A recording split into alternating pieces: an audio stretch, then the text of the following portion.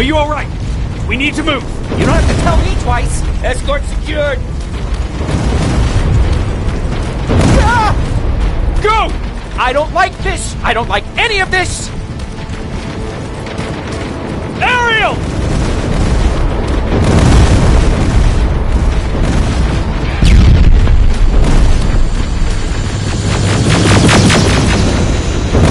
Okay, go! It's turning around! It's right behind us! Don't look back! Good idea!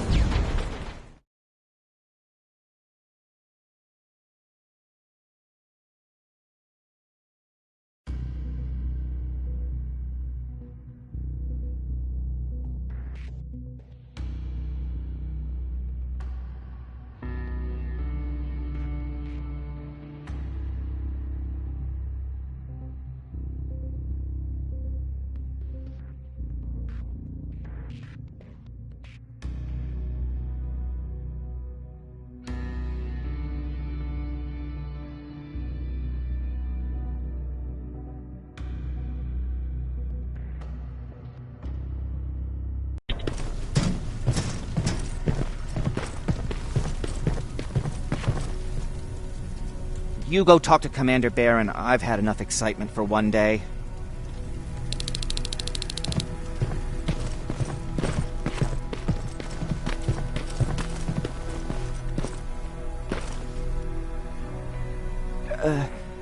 Did you talk to her? Is she mad at me? If I follow her orders, then I'm a bad guy. If I don't follow her orders, then I'm a lousy, incompetent egghead without a spine. There's no winning with her.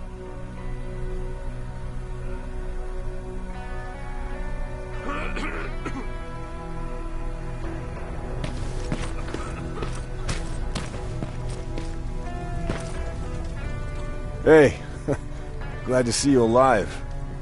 Thanks for sticking your neck out for us. I wanted to tell you that, you know, just in case.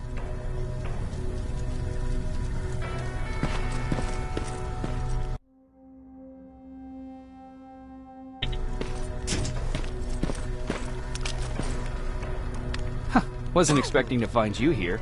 You always seem to be out these days. Yeah, that's true. Lately, I've been making extra runs to stock up on resources. The truth is, I was even thinking about leaving. But right now, I'm just waiting for my team to head back to downtown to look for other survivors. Let's hope there still are some. Is there something on your mind? Actually, I have a secret to tell you. You've a fan. Patrick really looks up to you. It's good for him to have a role model. And I don't think he could have chosen better.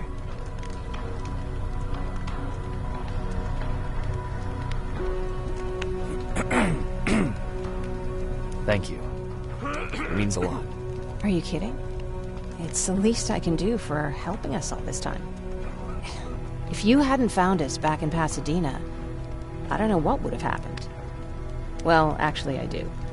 Exactly what the others said would happen.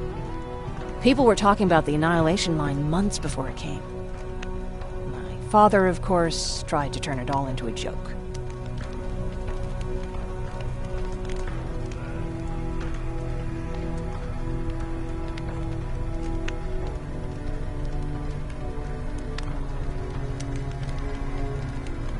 Knowing your father, it couldn't have been a good joke. No, it really wasn't. But I wanted to believe him. I think we all did. He tried very hard to keep everyone from worrying. Maybe a little too hard. You could feel the mood change at the house. The community my father tried to build started falling apart. Fewer and fewer people were coming by. And if they did, they weren't always friendly. We started to notice things going missing. Little things at first. People got nervous. And with time, it even got to my father.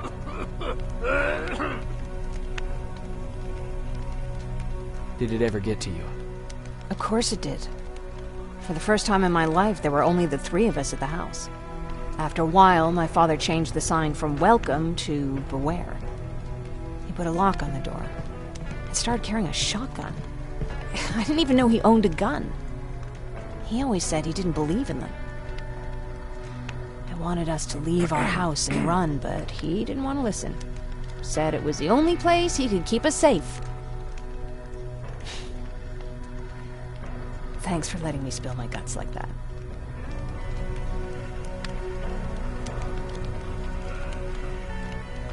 Why did you want to leave? In the face of what's going on now, it will sound stupid, but it just got to be a bit much, you know? With Patrick hurt, I started to wonder if I'm even doing him any good by sticking around. I've been trying to protect him all this time, but I couldn't. I've proven that much already. First in Pasadena, then at our hideout.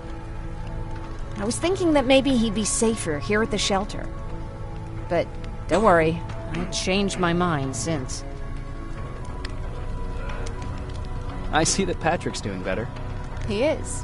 He's a fighter. Certainly has more courage than I do.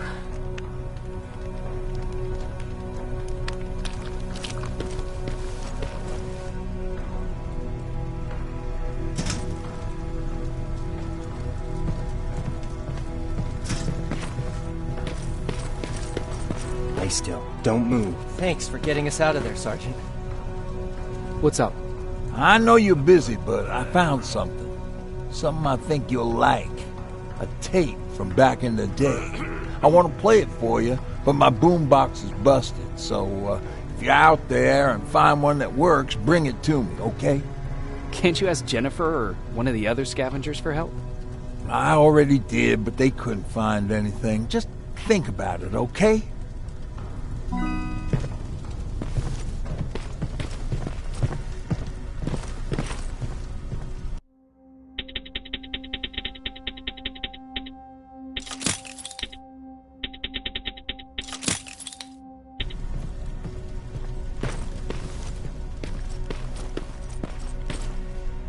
Jacob. What's on your mind? Ever since you asked me about Peter, I can't stop thinking about him. Like a teenage girl. That's your fault, young man.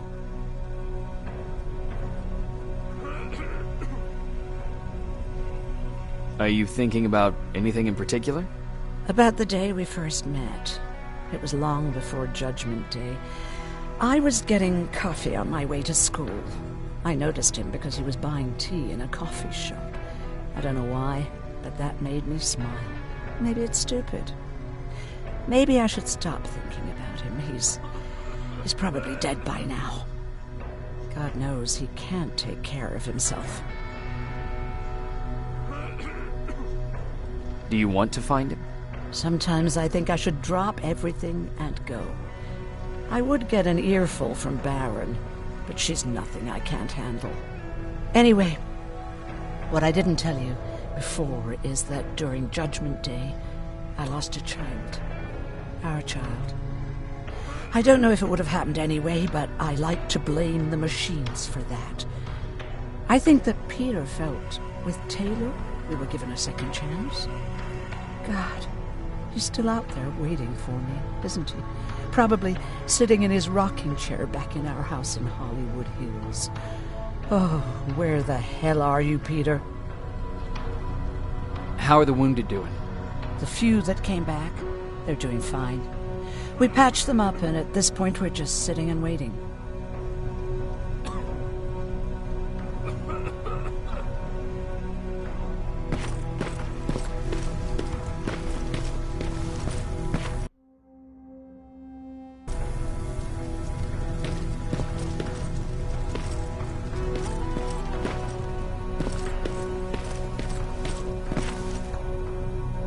Rivers, you want to explain to me what the hell happened? We lost downtown. I know that much. But how's that possible? What happened to our defense systems? Alvin says one of our soldiers came with an order directly from you to reset the target settings for non-lethals. He said what? Alright. This is what I want you to do. Find whoever is responsible for sending that order.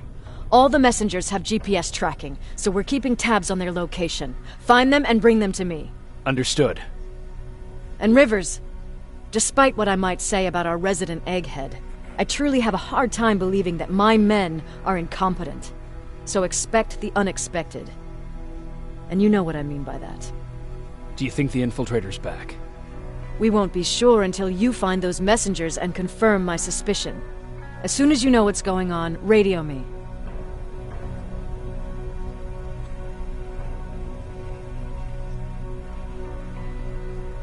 You want me to break radio silence? They have a head start on us. At this point, we can't afford to lose any time. Who's Perry? You mentioned him before. The best soldier I ever fought beside. He was the one who brought me into the Resistance. It's actually a funny story. Years ago, when I was just a kid, I saw a Skynet drone attacking some guy. Without thinking, I grabbed a rock and jumped on it. The guy was screaming the whole time while I beat the metal to the ground. Only when I was done did I realize he was trying to stop me.